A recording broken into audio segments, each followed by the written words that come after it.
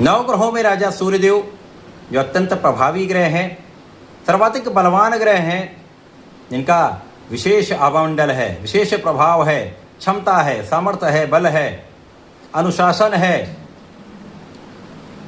सूर्यदेव जिनका एक विशेष आभामंडल, उसके समक्ष समस्त ग्रहों का प्रभाव निर्बल हो जाता है, वो ग्रह अस्त हो जाता है।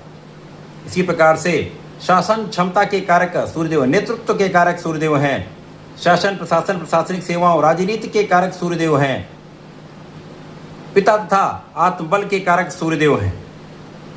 तो अत्यंत प्रभावी ग्रह सूर्यदेव अपनी राशि का परिवर्तन करने जा रहे हैं। 17 अगस्त को ये अपनी राशि का परिवर्तन करके स्वयं की राशि में प्रवेश करेंगे। सिंह राशि में इनका प्रवेश हो रहा है। अब सिंह राशि स्वयं की राशि में होकर वो ग्रह बलवान होने वाले हैं।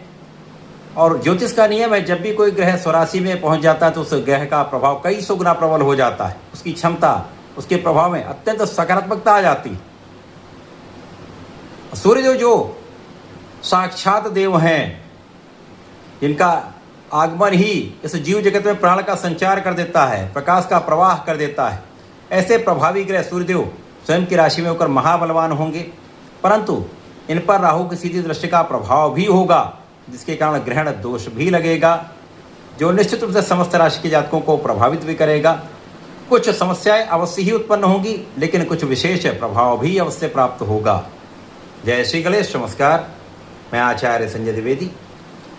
मेरे समस्त प्रबुद्ध दर्शकों का मेरे चैनल पर हार्दिक स्वागत है। प्रिय दर्शकों, आज मैं सूर्यदेव के राशि परिवर्तन का तुला राशि के लिए किस प्रकार का प्रभाव प्राप्त होने वाला है, तुला राशि के जातकों के लिए ये कितना प्रभावी गोचर है, लाभ में कितनी वृद्धि होगी अथवा कहीं पर कोई समस्या या अवरोध है तो उसका क्या निराकरण है, संपूर्ण विश्लेषण मैं पूर्ण तर्क के साथ करने जा रहा हूं। प्रिय दर्शकों, इस राशिफल को आप अपने लग्न तथा राशि दोनों के अनुसार देख सकते हैं।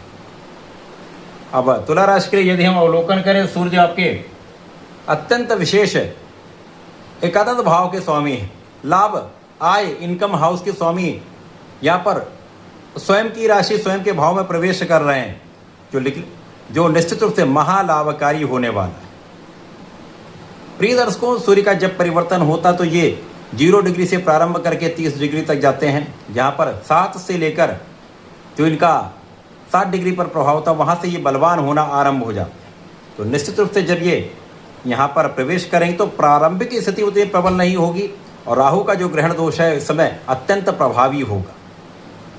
तो तुला राशि के लिए प्रारंभिक 7-8 दिन, जब तक सूर्य 7-8 पॉइंट पे पहुंचते हैं तब तक ये कुछ समस्याएं अवश्य हो सकती हैं। अब जब सूर्य का ग्रहण लगेगा तो यहाँ पर सूर्य का कार्यकत्व प्रभावित होता है, सूर्य का जो भाव है वो प्रभावित होता है। एकादश भाव पर राहु की दृष्टि का प्रभाव है और पंचम भाव में राहु स्थित है, जहाँ पर सूर्य की दृष्टि का प्रभाव है। तो यहाँ पर प्रारंभिक समय में जो जातक शिक्षा ले रहे हैं, ज्ञान ले रहे हैं, विद्यार्थी हैं, प्रतियोगिता परीक्षा की तैयारी करें, उनका कुछ आत्मबल यहाँ पर कम हो सकता है। प्रारंभिक समय में आपका मन उतना लगेगा नहीं, कहीं ना कहीं मन में एक भटकाव, मन में एक भ्रम तथा मन में एक भय बना रहता है, जिसके कारण आप पूर्ण रूप से कंसंट्रेट करके अपने पढ़ाई में ध्यान नहीं दे पाते हैं, लक्ष्य पर आप ध्यान नहीं दे पाते हैं, जिसके कारण परिणाम भी उसी प्रकार से प्राप्त होता है। इसी प्रकार से इस समय में संतान पक्ष भी कुछ निर्बल होगा, संतान के कारण आपको कुछ चिंता हो सकती है, संतान का स्वास्थ्य कुछ निर्बल हो सकता है तथा इस समय में आपका विचार जो है वो नकारात्मक हो सकता है। जब सूर्यदेव प्रबल होंगे, 7-8 डिग्री पर पहुंच जाएंगे तो ये समस्याएं कम होने लगेंगी, क्योंकि यहाँ पर आपका आत्मबल प्रबल हो जाएगा।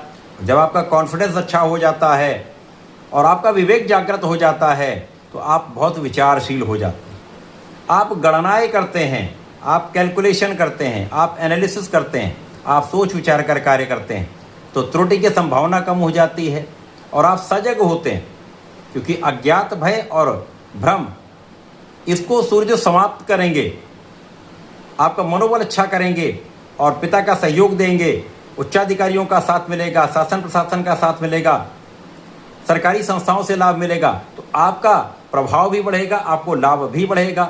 तो जैसे जैसे ये गोचर आगे बढ़ने लगेगा वैसे वैसे आपके लाभ में भी वृद्धि होने लगेगी। जो आय में एक गतिरोध आ रहा था, एक अवरोध आ रहा था, वो दूर होगा और निरंतरता प्राप्त होने लगेगी। लाभ की निरंतरता आपको संपूर्ण रूप से यहाँ पर प्राप्त होगी और यहाँ पर आपको मन के अनुसार लाभ प्राप्त होने वाला है, यहाँ पर कोई संदेह नहीं।